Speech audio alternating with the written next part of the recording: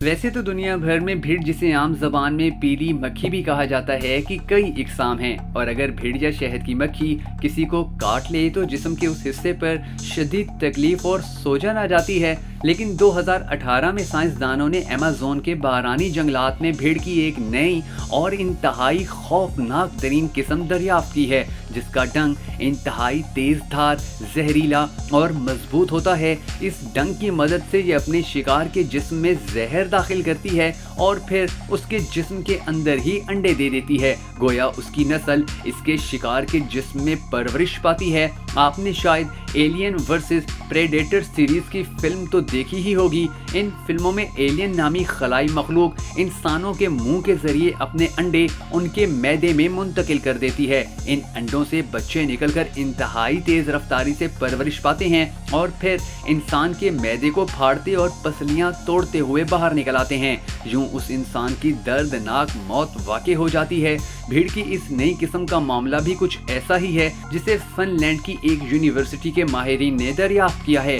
माहिरीन के मुताबिक भीड़ की ये किस्म कोहे इंडस के पहाड़ी सिलसिले और नशेबी बारानी जंगलात के दरमियानी इलाके में पाई जाती है। अपनी मुहिम के दौरान साइंसदानों ने भीड़ की कई इकसाम दरियाफ्त की हैं, मगर ये किस्म, जिसे उन्होंने क्लिफ्टोबिगा क्रेसिकाउडाटा का साइंसी नाम दिया है, आज तक मिलने या दरियाफ्त होने वाली बकिया तमाम इकसाम से बिल्कुल मुख्तलिफ और ख़तरनाक है। भीड़ की इस दरियाफ्त शुदा किस्म का डंक दूसरी तमाम इकसाम के मुकाबले में लंबा और चौड़ा है।